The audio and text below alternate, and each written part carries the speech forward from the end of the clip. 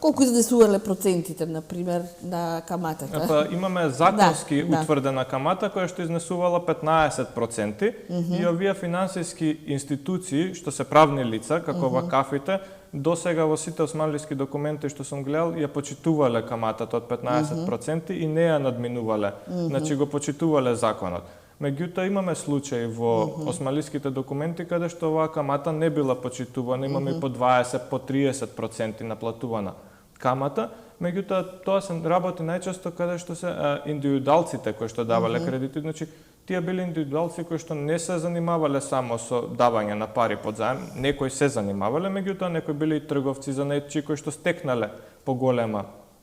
количина на капитал, па дури имаме и една жена сретнав, тоа ми беше многу интересен податок, која што дава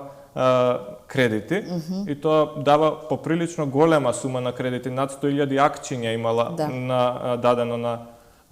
заем пари, што е особено голема количина во тој период. А интересно е што е жена, Фатиме се викала, и тоа ми беше баш фасцинантен